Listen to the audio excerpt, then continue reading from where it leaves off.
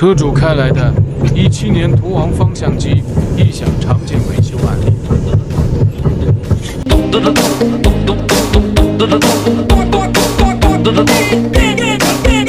可以看到大轴无锈，调节螺丝调好，还能左右摆动，幅度过大，那就只能是大轴磨损，让师傅拆开换配件即可。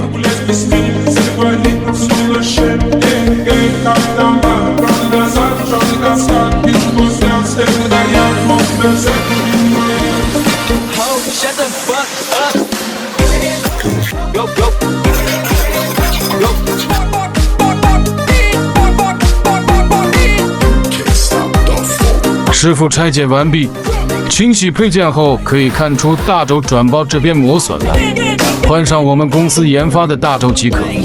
但磨损是相互的，转包也磨损，也只能一起更换。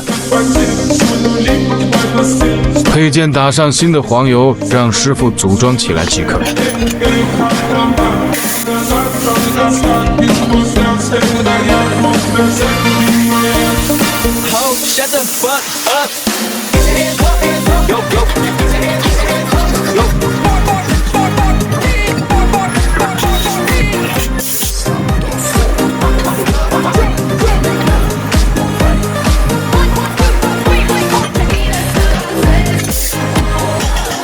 可以看到配件磨损导致晃动过大的问题没有了。